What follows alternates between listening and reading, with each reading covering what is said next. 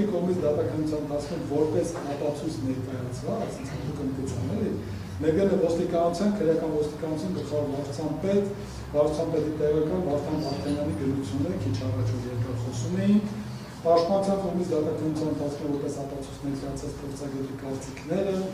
Պաշտպանության կողմից դատականության ընթացքում որպես ապացույց ներկայացված գլխավոր դատախազության կայքեջում հրապարակված հայտարարությունը, օրագրի մուսեում կայքում հրապարակված հոդվածը պաշտպանության կողմից ներկայացած եւ Պաշտպանության կողմի միջնորդության հիման վրա գլխավոր դատախազության կողմից ներկայացված ազգային անվտանգության ծառայությունում մեկ այլ վարույթով վարիչի նախաձեռնության մասին արձանագրություն հաղորդման նկատմամբ հսկողությունական դատախազագրությունն է։ Դա ես հիմա հատուկ եմ էլի կարճ ներկայացնել, որպես գրավոր կա, որպես ժամանակը խնայել։ Նաև Դանիել Հովհաննիսյանի կողմից դատախազություն ներկայացած հաղորդումը Պաշտպանության կողմի միջնորդությամբ հետազոտված Ներգրել ոստիկանության քրեական ոստիկանության գլխավոր վարչության ոստիկանի 2025 թվականի 14-ի հրդեհերի իրականացման մարմնից իրազեկություն իրականացնելու կատարության հաղորդումը եղած քննչական կոմիտեին, Պաշտպանության կողմի միջնորդությամբ հետազոտված քննչական կոմիտեի համապատասխան վարչության վարչությունում քննիչ Տիգրան Գևորգյանի կողմից 2020 թվականի սահմանադրություն կազմեցված նախաձեռնելու արձանագրությունը եւ Պաշտպանության կողմի միջնորդությամբ հետազոտված Հայաստանի Հանրապետական Սուպերդեպուտացիոն շրջանի ներկայացնող Միքայել Արքեպիսկոպոս Աջապահյանի եւ Արամայես հատված լիազորագրերն տրված հաստատանները մեծ դեպքում Արամայես Հարապետյան Համարի Երևանի տրված լիազորագրեր սրանց անդրադառնալ թե ինչի Ինչպես տեսնում ենք, թվարկված 16 ապացույցներից թվով 9 պաշտպանության կողմից ներկայացած ապացույցներն են, որպես սրբազանի անհրաժեշտությունը հաստատող ապացույցներ, իսկ թվով 7-ը ներադրանքի կողմին է որպես նրա մեղքը հաստատող ապացույցներ։ Այս բոլոր ապացույցներն դատանը որպես թույլատրելի ապացույցներ են համարել, սակայն ամբողջ դատավճիռում այդ ապացույցների մասով բացարձակապես որևէ վերլուծություն չկա։ Նույնիսկ կան հասկանալի է թե դատարանի որոնք են Միքայել Սրբազանի մեղքը հաստատող, իսկ որոնք անվերլուծություն հաստատող ապացույցներ։ Միայն այսքանը բավարար է, որպեսզի վերապահորեն հաստատվի դատարանի ակնհայտ անհիմն եւ չպատճառաբանված լինի։ Հիմա ես ուզում եմ հասկանալ, օրինակ վերաքննիչ դատանից նայում, ասում եմ դատանը այսքան ապացույց, ասում եմ որ թույլատրելի ապացույցներ։ Հիմա նա որոնց գնահատել մեղքը, որ հաստատվել է, որոնք չեն։ Այս մասով դատանի համար օրենքով հատուկ պարտավորություն կա ապացույցների վերլուծություն կատարելու, որպեսզի վերլուծության հիման վրա հիմնավորում լինի, պատճառաբանվածություն լինի, որ վերադասակցիաները, հասարակությունը, մենք հասկանանք իրոք դատան ինչի է գալիս էսա։ Հակառակ դեպքում միշտ կարելի ասել, մեղքը հաստատվել է ապացույցներով, շարքը գրել, ավարտել։ Իրուն արդարադատություն է լինում, հետո ոնց ուզում է թող հասկանալ։ Թող վերաքննիչի ովքերը վերլուծի, վճռաբեկի իրան, պաշտպանություն իրան, ես ասել եմ այսքանը ռուսը։ Դատական ակտի պատճառաբանվածությունը այդ բանում, օրինակ օրենսգրքի 23 հոդված 20-ից է պատշաճ ապացույցման սկզբունքը, որի համաձայն վարույթի համար նշանակություն ունեցող ցանկացած հանգամանք պետք է հաստատվի պատշաճ ապացույցների կողմարար համակարգությամբ։ Դատական ակտը պետք է լինի հետազոտված ապացույցների ազատ եւ բարեխիղճ գնահատման վրա եւ այլ հոդվածը չեմ կարդալ դատարանի։ Ինչպես տեսնում եք, օրենսդրի այս պահանջը դատարանի կողմից բացարձակապես չի պահպանվել, իսկ դատավճիռում իսպառ բացակայում է նաև ներածական մասում պարտադիր ներառման ենթակա դատարանի փաստական վերլուծությունը հատվածը։ Օրենքը ուղիղ գրել է, թե դատավճիռում ինչ հատված պետք է լինի։ Պետք է լինի դատարանի փաստական վերլուծություն հատված։ Այս հատվածը ընդհանրապես իսպառ բացակայում է դատական ակտում։ Ես չեմ կարծում, որ հեսա մեղադրանքի կողմը կասի, դե օրենքը ասես որ ձևակերպել է անիմաստ է ձևակերպել։ Հիմա կամեն պետք է մատնանշի, ասի հենց տեսեք, այդ դատավճիռում այս մասը կա։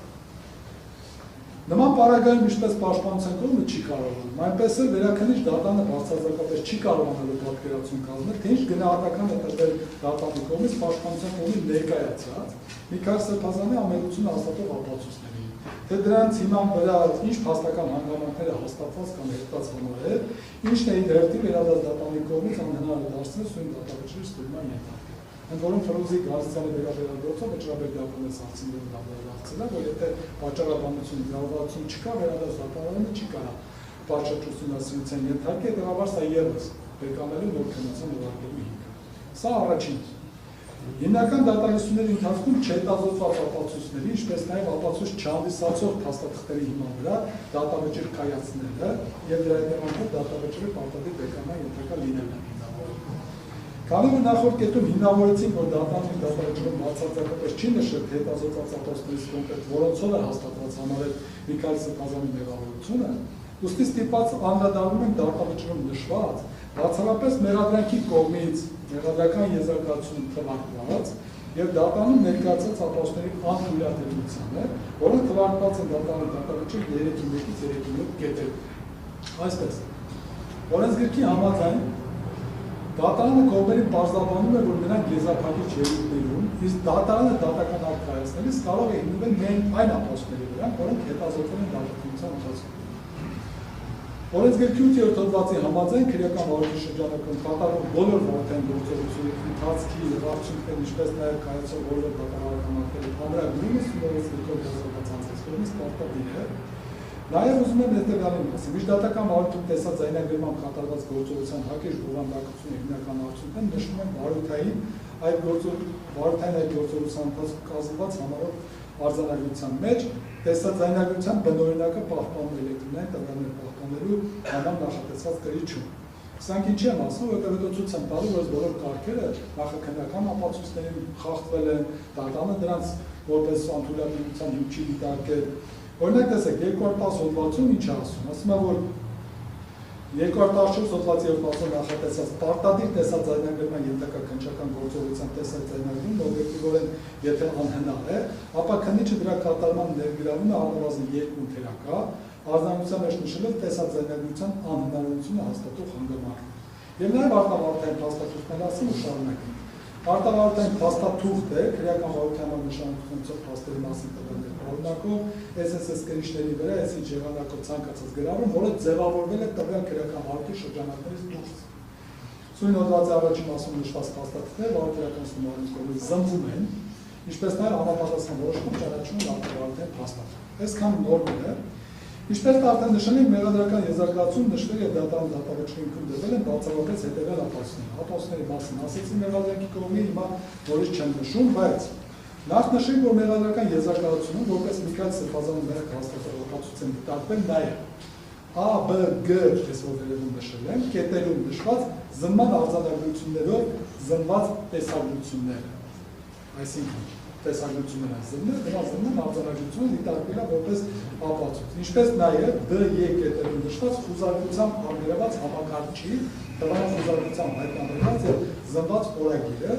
որոնք նախաքննական մարմնի կողմից կայացած որոշմամբ ճանաչվել են որպես արտավարության փաստաթուղթ, սակայն դրանք դատարան իրավացիորեն որպես թույլատրելի ապացույց չի դիտարկել եւ իր կողմից կայացված դատավճիռի դատաքննության հետազոտված թույլատրելի ապացույցների բաժնում դրանք որպես թույլատրելի ապացույց չի նշել։ Հիմա օրինակ մեղադրակի կողմը կարող ասել, որ սրանք դատարանը որոշում չի կայացել անթույլատրելի ապացույց ճանաչելու մասին, ինչի միջնորդություններ են ներկայացնում, բայց առնվազն դատավճիռի թույլատրելի ապացույցները շարքում, երբ որ թվարկել է, այս ապացույցները չկան նրանց։ Հետևաբար սրանք չեն կարող մեղադրանքի հիմք լինել, հաստատման փաստավորության։ Սա կասում է դա շարունակության մասում ամեն դեպքում բոլոր չունեն դատախազը։ Հա, ճիշտ է, բայց սրան ես այլ տեսանկյունից անդրադառնալու եմ դրան։ Ընդ որում, հատուկ ընդգծենք, որ պաշտպանության կողմը ամբողջ դատական ընթացքում վիճարկում է կոնկրետ այդ տեսագրությունները եւ օրագրի որպես ապացույց կիրառման անթույլատրելիություն է, ինչը փաստորեն դատարանի վերջում ընդունելի է համարվում։ Ինչ վերաբերում է մեղադրանքի կողմից դատականության ընթացքում որպես ապացույց ներկայացված նվիրել ոստիկանության վարչապետ Վարդանյանի գրությանը ուղղված քննչական կոմիտեի նախագահի տեղականին, ապա մեղադրողները հստակ նշել են, հիմա էլ նշեցին, որ այդ գրությունը վարորդին չի հանդիսացել, ուստի վարորդին կցված չի եղել, իսկ դատարանը որոշում չի կայացել այդ գրությունը որպես արտավարության փաստաթուղթ ճանաչելու մասին։ Հիմա դատարանը ասում է, տեսեք, թույլատրելի ապացույցներից այս գրությունը։ Հիմա այսի վարորդին ինչ չի, ուրեմն արտավարության փաստաթուղթ պետք է լինի։ Եթե արտավարության փաստաթուղթ կա, դու պետք է ճանաչել որպես արտավարության փաստաթուղթ, որը ոչ ճանաչել։ Հետևաբար սա ապացույց չի։ Եթե ապացույց չի, նա հետ են գտնում նախորդում ամբողջ հիմնավորումները, այդ գրությունը մեջից հանում ենք, դնում ենք մի կողմ, ու նորից այս փաստերին անդրադառնում ենք։ Բայց ինքը հիմնվել է այդ որը նաև գրության վրա, դատանի պատճառաբանությունները, որը որ ապացույց չի հանդիսանում։ Եվ որպեսզի վերևում նշված առավել հասկանալի լինի, ապա ամփոփենք, որ դատանը որպես ապացույց է դիտարկել Միքայել Սրբազանի բնականի խուզարկության արձանագրությունը, որը համակարգիչ է հայտնաբերվել, սակայն կոնկրետ համակարգիչը դատականության ընթացքում չի հետազոտվել։ Այսինքն խուզարկության արձանագրության ամբողջ իմաստը այդ համակարգիչը արգրավելն է, ոչ թե խուզարկության արձանագրության փաստն է ապացույց, այլ խուզարկության հայտնաբերվածն է դիտարկի ապացույց։ Հայտնաբերվածը համակարգիչն է։ Դատանն այս համակարգիչը չի հետազոտվել։ Հետևաբար դա չէր կարող դրվել մեղադրական վերդիկտի հիմքում։ Սա մեկ։ Ավելին այն որպես իրեղեն ապացույց ճանաչված չէր եղել։ Հաջորդը, դատանը որպես ապացույց է դիտարկել արգրաված համակարգի զննման հայտնաբերված օրագիրը, սակայն կոնկրետ օրագիրը դատականության ընթացքում չի հետազոտվել։ Դատանը որպես ապացույց է դիտարկել Սրբազանի թվով 3 հարցազրույցները շակերտների մեջ քննիչի կողմից զննելու մասին արձանագրությունները, սակայն տեսագրություններից երկրորդ եւ երրորդը դատականության ընթացքում չեն հետազոտվել։ Այսինքն ասում եմ, այս ցանով հաստատում եմ այս հարցազրույցը, բայց դատանը չէր հետազոտել, չէր տեսել է ինչ է։ Չիմանալով ինչ է, սա դիտարկել է որպես մեղադրական ապացույց, ու դրա հիման վրա վերդիկտ է կայացրել։ Մեկ ոստիկանության քրեական ոստիկանության գլխավոր վարչապետ Վարդանյանի գրությունը դատանի որոշման որպես արտահայտության փաստաթուղթ չի ճանաչել, բայց ասում է սա մեղադրանքի ապացույց է։ Իսկ ինչպես գիտեք, դատական ակտը չէ կարող հիմնվել դատականության ընթացքում չհետազոտված, ինչպես նաև դատավճռում որպես թույլատրելի ապացույց չներառված ապացույցների վրա։ Այս առումով ևս բողոքատու դատավճիռը պարտադիր երբեք։ Հաջորդը մի կարճացնեմ անդրադարձների նոր շարունակեմ, թե Պատասխան իրենց գործընկերությունը քիչ առաջ դա է կարևոր տեսան սաղական բողոքի է վերջաբանն է իրավունքի առողջապահության ապացույցներով։ Վերջաբանը ճիշտ է, բայց կոնկրետ բովանդակային է, որ կարևոր ըստ էության դատավճռն է վերաբերում ապացույցների վերջության մասով, սրա մասին ես ընդհանուր մենք հաջորդիվ կներկայացնենք ամբողջական։ Ընդհանուր ապացույցների մասին։ Ապացույցների մասով ընդհանուր հենց այս մասին։ Այսինքն նորից, այս երկու փաստը, որ մենք ներկայացրեցինք, ամեն մեկ առանձին առանձին, չպատճառաբանված է, չհիմնավորված է բեկանման ենթակայում։ Անթույլատրելի ապացույցների հիման վրա է, բեկանան ենթակայում։ Բայց մենք առաջ ենք գնում, ասում ենք, համարենք թույլատրելի է, համարենք, չգիտեմ, պատճառաբանված է։ Ամեն հաջորդ կետով մենք այս խնդիրները կան։ Հիմա մեղադրանքի հիմքում դրված ապացույցների անթույլատրելիությունը եւ դրա հիմքով արտահայտման վերդիկտ կայացնելու անհրաժեշտությունը հիմնավորվում է։ Քանի որ սույն բողոքի նախորդ կետերում արդեն իսկ մանրամասն հիմնավորել են քրեական բարույթի ոչ իրավաչափ նախաձեռնվածները, ուստի նախ ցանկանում ենք անդրադառնալ, որ ոչ իրավաչափ նախաձեռնված քրեական բարույթի պայմաններում դառնում արկա բոլոր ապացույցների անթույլատրելի։ Մասնավորապես այստեղ 97 հոդվածն մեջ գրել, որ օրենքի խախտման ստացած տվյալները, ինչպես նաև դրանց հիման վրա կատարած զրահական գործողություններում ձեռքբերված տվյալները ճանաչում են անթույլատրելի եւ չեն կարող օգտագործել որպես ապացույց։ Հետո օրենքական խախտումների մասին ենք նշել։ Հիմա տեսեք, սույն գործի նյութերի ուսումնասիրությունից երևում է, որ բարույթով ձեռք բերված ապացույցները ստացել են ինչպես սահմանված դատավարական կարգերի խախտման, այնպես էլ այն ձեռքբերելու իրավասություն չունեցող անձի կողմից։ Բանն այն է, որ սույն դեպքում բարույթի նախաձեռնվել է ոչ իրավաչափ, ինչն խոսում են մասը, ապացույց ձեռքբերելու իրավական հիմքը այն է, իրավաչափ նախաձեռնված բարույթը բացակայել է։ Նման պայմաններում դատավարանը ղեկավարվելով ապացույցների թույլատրելիությունը վերաբերող թունավոր ծառայությունների կանոնով, ուղղակի պարտավոր էր թույլատրելի ճանաչել բարույթով ձեռքբերված բոլոր ապացույցները, այդ թվում մեղադրողների կողմից մեղադրական ճառում օգտագործված բոլոր ապացույցները, հարցազրույցներ, զրույցներ եւ այլն նորից չկրկնեմ դրանք։ Սա առաջին կետով, որ ամբողջը պետք է թույլատրելի լինի։ Բացի այդ, 2025 թվականի օգոստոսի 25-ին տեղի ունեցած դատական նիստում մանրամասն ներկայացրեցին մեղադրանքի կողմից բոլոր ապացույցները օրենքով սահմանված կարգերի, որոշում բոլոր ապացույցների։ Օրենքով սահմանված կարգերի եւ ընդհանրակարգերի, հիմնարար իրավունքների խախտումների հիմքով անթույլատրելիությունը հաստատող փաստարկները եւ միջնորդեցին հաստատել դրանց որպես ապացույց անթույլատրելիություն։ Դատարանը մեր գնահատմամբ անհիմն կերպով մերժեց դրանք որպես անթույլատրելի ապացույց ճանաչելու միջնորդությունները, սակայն գրավոր որոշում չտնամադրեց, որպեսզի պաշտպանության կողմի համար բաց լինեին դատարանի պատճառաբանությունները։ Նշվածի մասին հայտարարեցինք դատարանը, որ գոնե գրավոր տուր, այսքան մանրամասն ծավալով ասում են, մենք այդ ինչն է, էլի, որ դատարանի մոտեցման մենք սխալ ենք ասում, որ դատարանի մոտեցումը որն է։ Սա մասին ասեցինք, Ոստի դատանը հայտնեց, որ այդ ապաստել որպես անթույլատրելի ճանաչելի միջնորդություն վերջերի մասին դատանի որոշումները թղթային եղանակով կտրամադրվի, որպեսզի կարողանանք արդյունավետ իրացնել պաշտպանության իրավունքը, որտեղ բանավոր չէ պատճառաբանը նորմալ, այսինքն ինքն հասկացա, որ պետք է տա, որ պաշտպանության իրավունքը ապահովի։ Սակայն դատանը ոչ միայն մինչև եզրափակիչ ելույթները սկսել այդ որոշումները թղթային եղանակով չտրամադրեց, այլ նաև չի տրամադրել մինչ օրս, ինչով էլ ինչպես հենց դատանը փաստել, խախտել է պաշտպանության իրավունքը, որպեսզի խախտման փաստը խնդրում ենք հաստատել նաև վերաքննիչ դատարանը։ Քանզի պաշտպանության կողմի համար մինչ օրս էլ անհայտ է, թե բանավոր հայտարարությունից բացի ինչ այլ պատճառաբանություններ է դատարանը դրել իր որոշումների հիմքում, ուստի ինչպես եզրափակիչ ելույթներում, այնպես էլ սույն վերաքննիչ բողոքում զրկված ենք այս մասով լիարժեք հակափաստարկներ ներկայացնելու հնարավորությունից։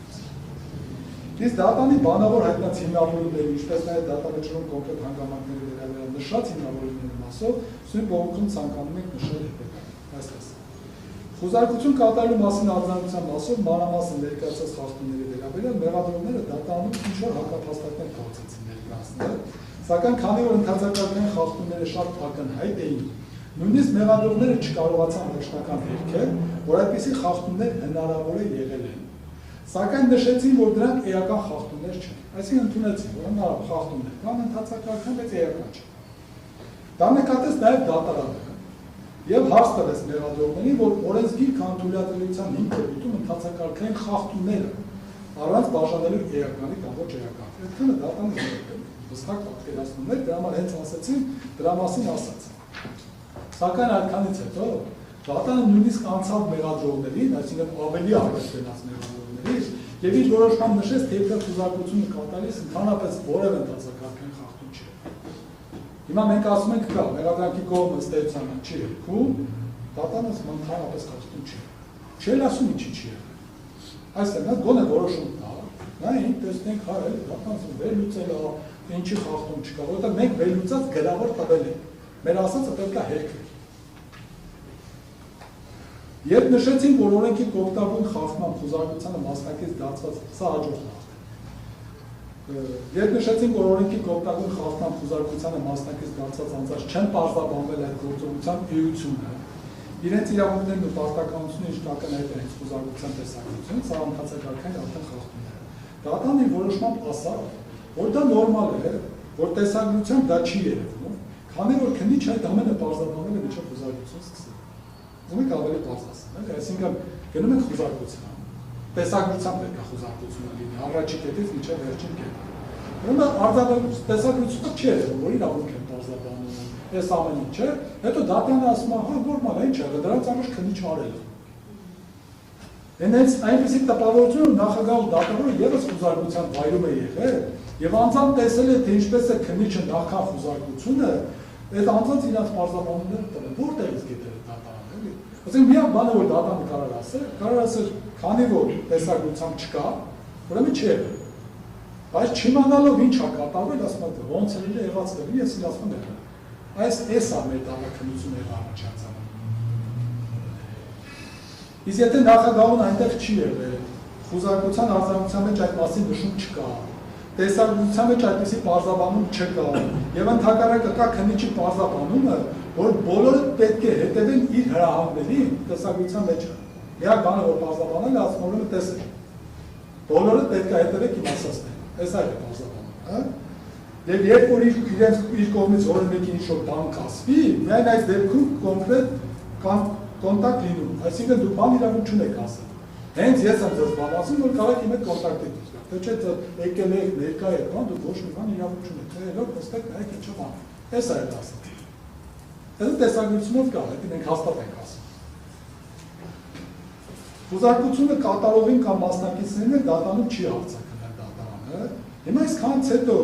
ինչու է հանդես եկել դատարանը խոզարկությունը կատարած քննիչի պաշտպանի դերում եւ արձանագրել, թե քննիչը խոզարկությունից առաջ այդ ամենը պարզաբանել է։ Նորից հարց, ինչ շարժվեցություններ նախագահ դատավոր էս հարցում։ Ինչ է խանգարում, էլի որ ուրիշ բան ասել։ Եթե նախագահ դատավորը չգիտեր, որ խոզարկության ամբողջ ընթացքը պետք է արձանագրվի, եւ եթե որևէ բան արձանագրված չէ, ինքն դա որպես դատարան չի բացահայտել դատաքննության ընթացքում, ապա չի կարող նման փաստական հանգամանք ուղղակի օդից հաստատված համարել։ Հիմա սա ընդհանրակարգային խախտում է, թե չէ, դատարան ասում է չէ։ որովհետև ինքը գիտի որտեղ վաստականում։ Հաջորդը կամ երբ նշեցինք, որ օրենքի պահանջն է, որ խոզարկության արձանություն նշվի, որ այն կատարվում է տեսակետն,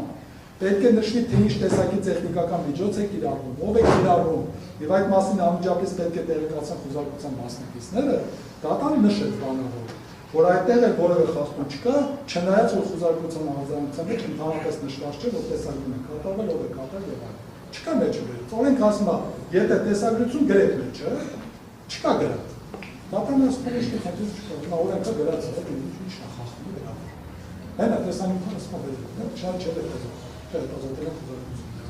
Բայց ինքը ասում է, դե որ անալի օրենը նշած է։ Իրավունքը պարզաբանել է, զգուշացրել է, ոչ մի խնդիր չի ասում։ Չնայած որ օրենքում եւ տեխնիկական միջոցների կիրառելու կարգը սահմանող կառավարության որոշումներ շատ հստակ նշված է, որ նույնիսկ կառավարության առանձին որոշում կա, հստակ սահմանում ասում է, որ տեսագրության տեսադաշտում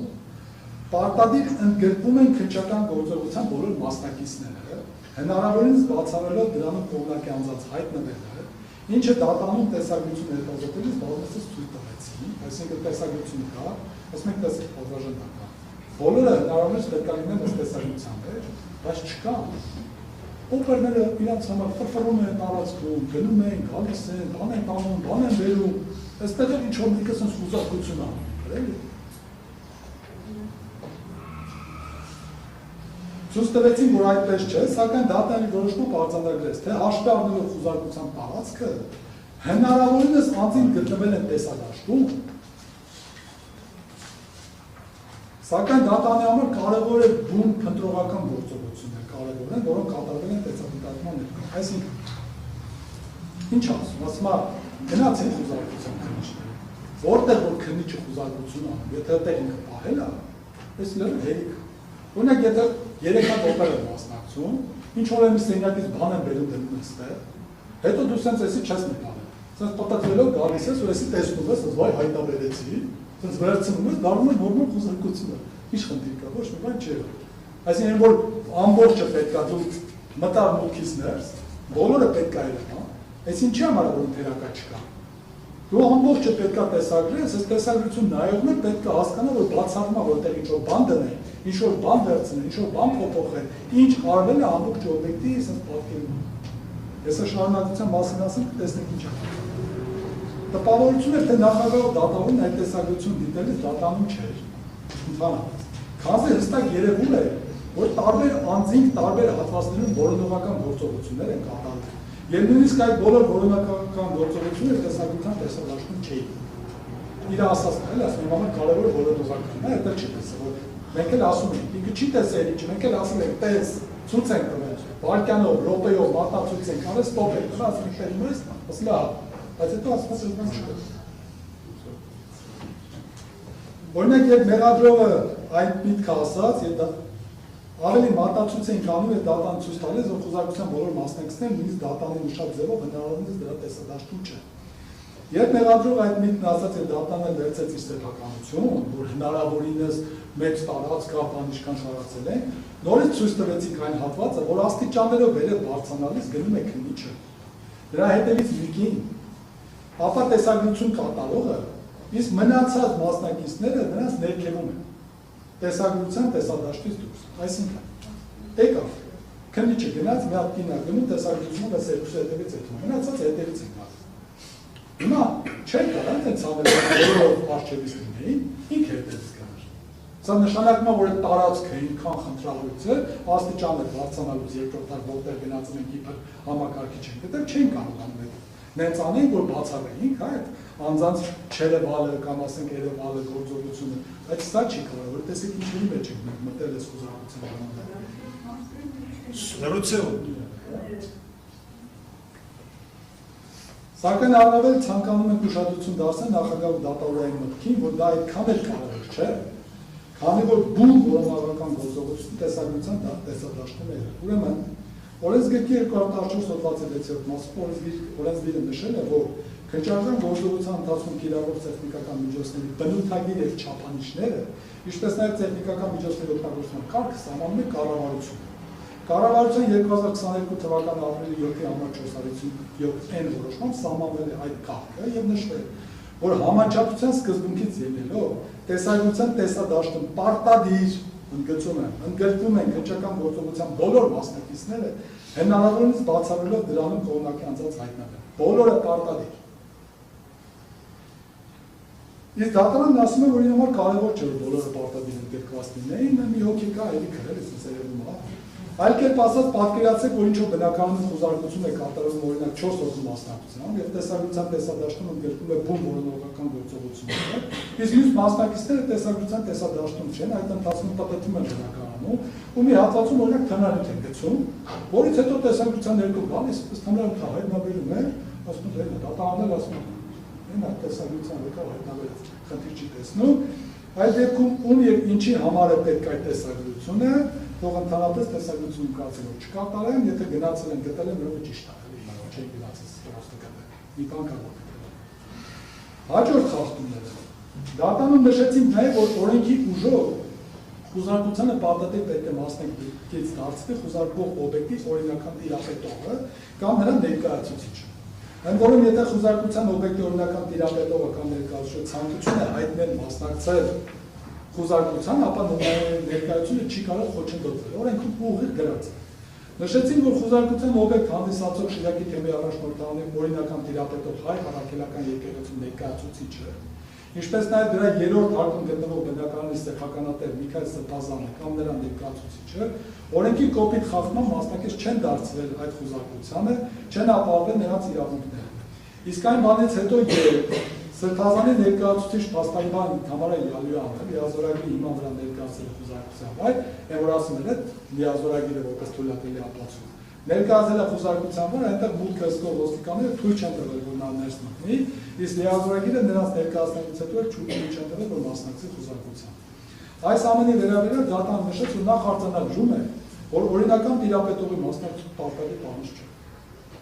Օրենքն ասում, ասում պարտադիր է այն դեպքում, երբ որ ինքը ցանկություն է հայտնել, ինքը կամ ներկայացուցիչը։ Եկել է ասել է, որ պարտադիր ուզում է մասնակցել, դատարանը պարտադիր չէ։ Նոր չգիտեմ ինչ օրենսգիրք է դատարանի նախագահի Սևանին, բայց այս օրենսգիրքը չի եղածել։ Քրեական դատավարության գործող օրենսգիրքը։ Եվ մասնավորապես այն դեպքերում, երբ նա մասնակցությունը անհնար է կամ հապաղելը կարող է հանգեցնել ապահովության կորստի, այն կարող է նաև իրականացնել թիմ ներկայացուցիչ մասնակցել։ Վերաքննիչ դատարանի ուշադրությունն են հրավիրում այն հանգամանքի վրա, որ քննիչն արձանագրության մեջ չի նշել, որ խոզարկության օբյեկտների օրինական տիրապետողների կամ նրանց ներկայացուցիչների մասնակցությունը անհնար է։ Դատարանը ինքը ասում է անհնար է, քննիչը չի ասել դες բան։ Չի արձանագրել, որ նրանք մասնակից չեն դարձվում, քանի որ այդ խոզարկության կատարման հապաղումը կարող է հանգեցնել ինչ-որ ապահովության կորստի, դատարանը ինչ-որ չգիտեմ ինչի դրան է հաղում անում։ Այդ ապահովները ներկայացած մեղադրումները դատարանում նման փաստարկ չեն հայտարարել։ Սակայն դատարանը քննիչի մեղադրանքի կողմի փոխարեն նրանցից մեղադրող լինելով ավելի, օրենքից ինչ-որ կետեր է դուրս բերել, նրանց փոխարեն փորձել է պատճառաբանել, թեպետ քննիչն այդ պատճառներից որևէ մեկից ելնելով է, որ օրինական տիրապետողների կամ ներկայացուցիչների մասնակից չի դարձել, ոչ չի որ մեկով։ Ոնց էլի դրանից մեկով հաստատ ավել, ուրիշ բան չէ կարող։ Դրա համար էլ մի հերետորական հարց ենք բարձրացնում, իսկ հնարավոր է, որ դատարանի նշած պայմաններից որևէ մեկը չի եղել, եւ քննիչն ուղղակի դիտավորությամբ կամ չիմանալու արդյունքում խախտել է Միքայել Սրբազանի այդ իրավունքը։ Թե դատարանի պատկերացումները մեղադրանքի կողմի առումով, իսկ սկզբանը այն է, որ նրանք երբեք խախտումներ թույլ չեն տալիս։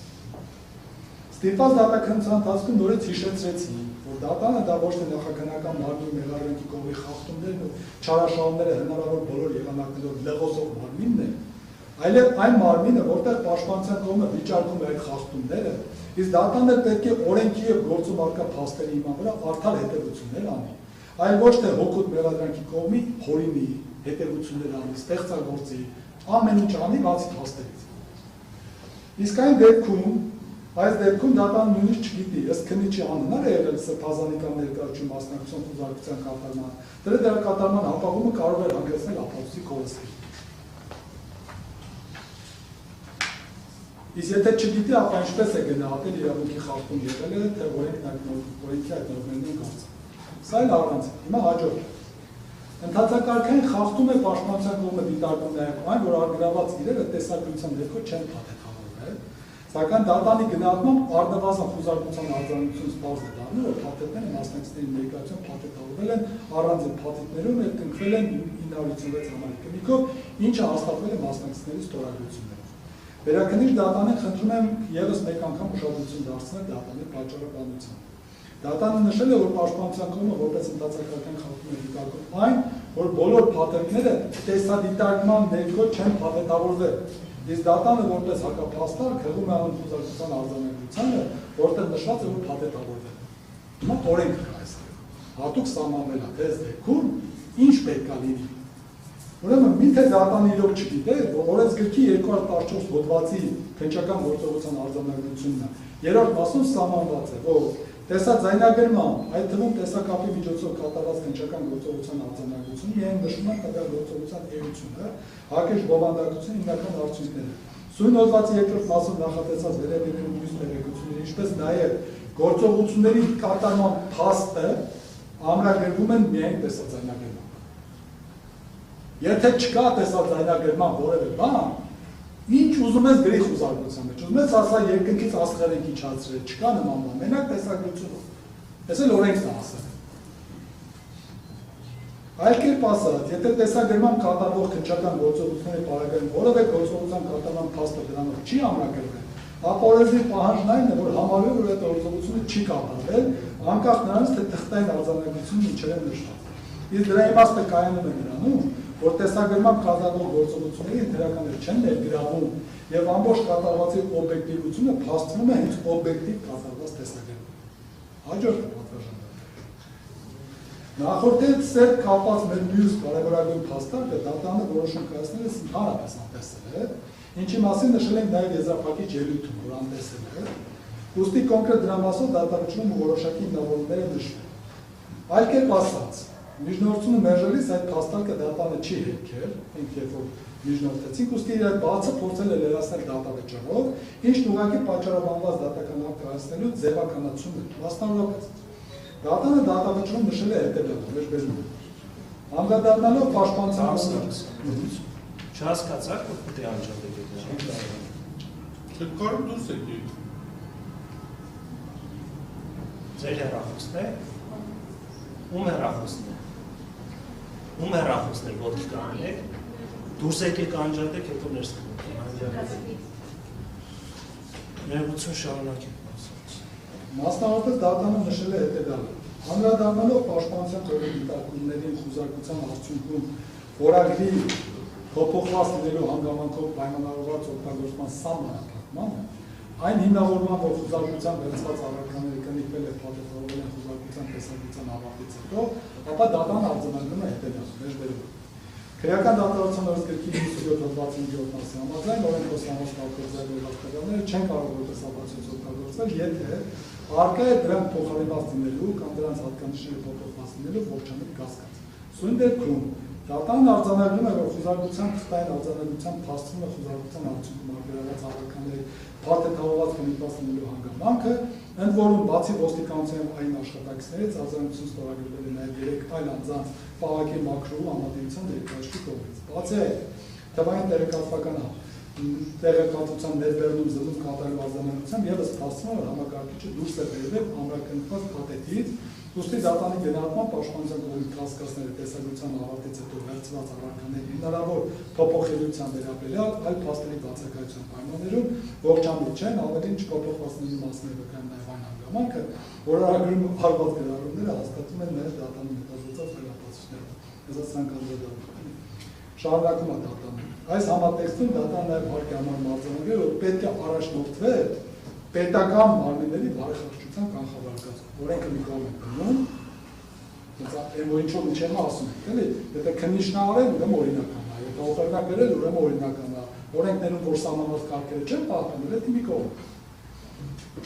Քանզի հակառակ մոտեցման պարագայում չեն բացառվի նաև ենթադրություններ այն մասին, որ ընդհանուր տեսաձայնագրման պարագայում ևս փաթեթավորված եւ կնիկված առարկաների կնիկները կարող են հետագայում բացվել եւ կրկին կնիկվել։ Ելնելով վերոգալիս դատանը որոշում է մերժում։ Հիմա Ակնհայտ է, որ կամ դատանը բացարձակապես պատկերացում չունի վեր նշված իրավական նորմերի իմաստի եւ նշանակության մասին, կամ էլ ինչպես մյուս դեպքերում ամեն գնով փորձել է իրավաչափ դիտարկել նախաքննական մարմնի գործողությունները, միայն թե այդ ապահովությունները անթույլատրելի չհամարեն։ Այս առումով կրկին նշենք, որ օրենսգրքի 97 հոդվածի 5-րդ հազարաչին կետի համաձայն օրենքով սահմանված կարգով ձեռքբերված տվյալները չեն կարող որպես ապացույց օգտագործել, եթե առկա են դրանք փոխարինված դինելու կամ դրանց հատկանիշները փոփոխելու ողջամիտ կասկած։ Այս առումով արդեն իսկ խոսեցինք այդ մասին, որ եթե խոզարկության բոլոր մասնակիցները պարտադիր ընդգրկված չեն եղել տեսագրության տեսադաշտում,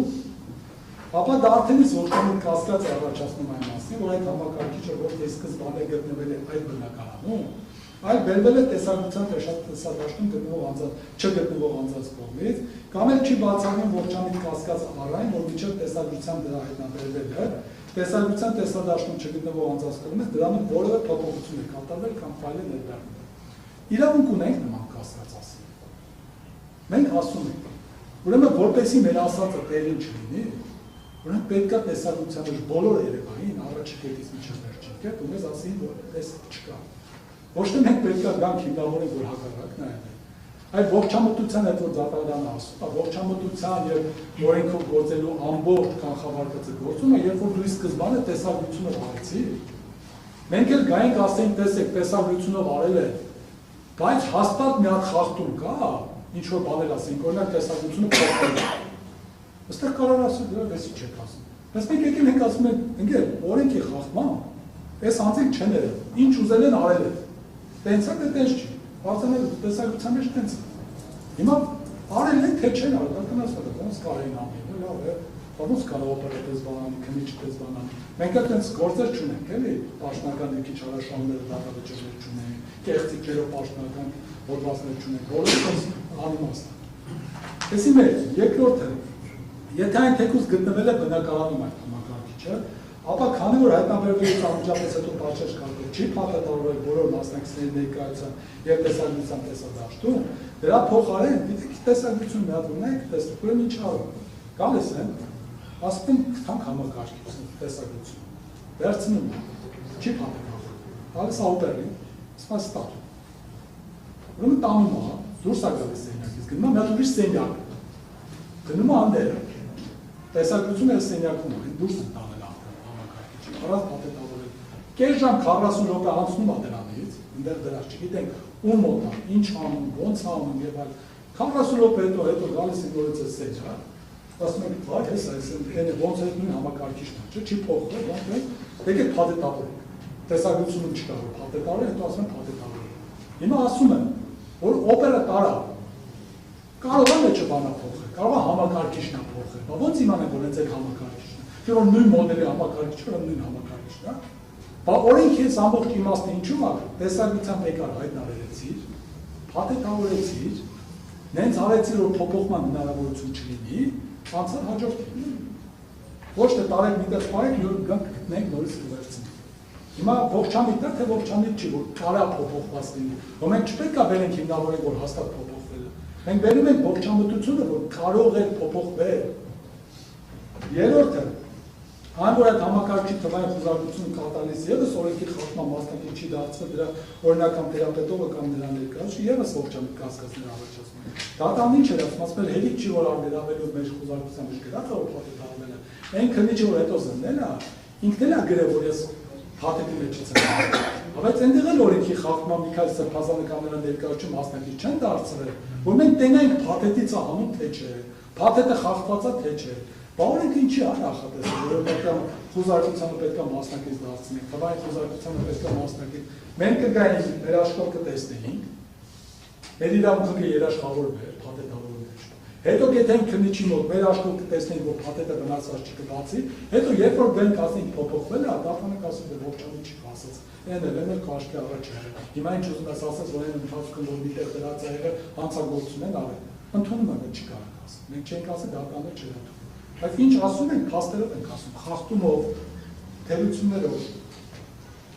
Այս ողջամիտ կասկածները, որը մեկի կողմից չեն փարատվել, նույնիսկ ամեն ինչ փարատող դատանի կողմից չեն փարատվել, քանի որ այստեղ նույնիսկ նախագահը դատավորն է անզոր ինչ-որ բան հորինել, ասել որ օրինակ ինչ։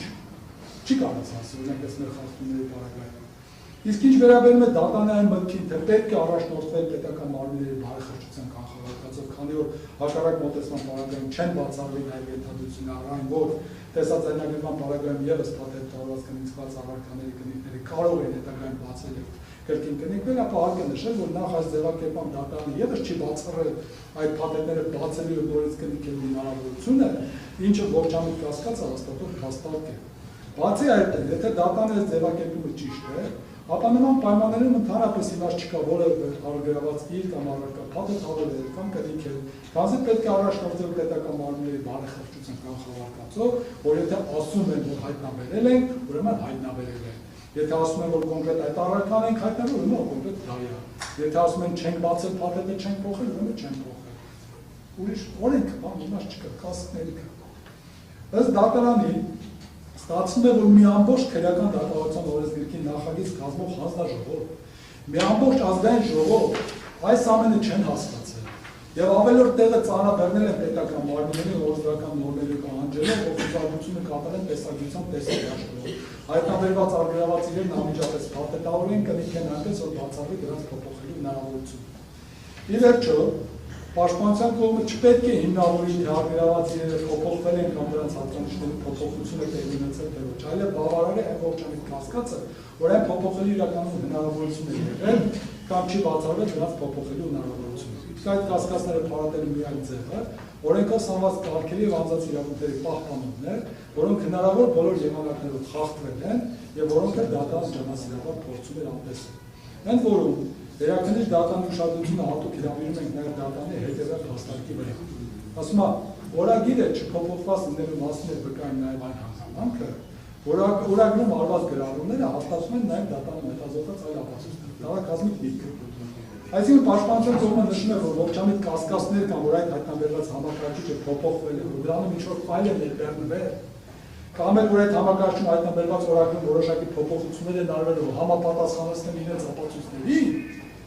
Մենք ասում ենք դուք հատուկ եք արևոր համապատասխանեցնել, ինքը ասում է, որ մյուս ապացույցներին բռնում է համապատասխանում, դա էլ է նշանակում, որ փոփոխություն չի արվել։ Այլևս չգիտենք, թե ինչ կարելի ասել նման պատճառաբանության մի պատասխան։ Պատվարժադատանի թիվս այս ամենին, հարկ ենք համարում նշել նաև, որ օրենսգրքի 210 եւ 214 հոդվածների համաձայն թվային խոզարկության քննչական գործողություն պարտադիր տեսաձայնագրվում է բացառությամբ, երբ դա օբյեկտիվորեն անհնար է։ Իսկ դրա անհնարության դեպքում դրա կատարման ներգրավին առնվազն 2 քրեական արձանագրության մեջ նշելով տեսաձայնագրության անհնարություն հաստատող հանգամանքներ։ Նույն դեպքում խոզարկության առգրաված համակարգիչը թվային խոզարկության ենթարկելու եւ դրանում վերել նշված օրագիրը հայտնաբերելու ուզունելու մասին 27 թվական արձանագրություն չի տեսաձայնագրվել։ Թղթային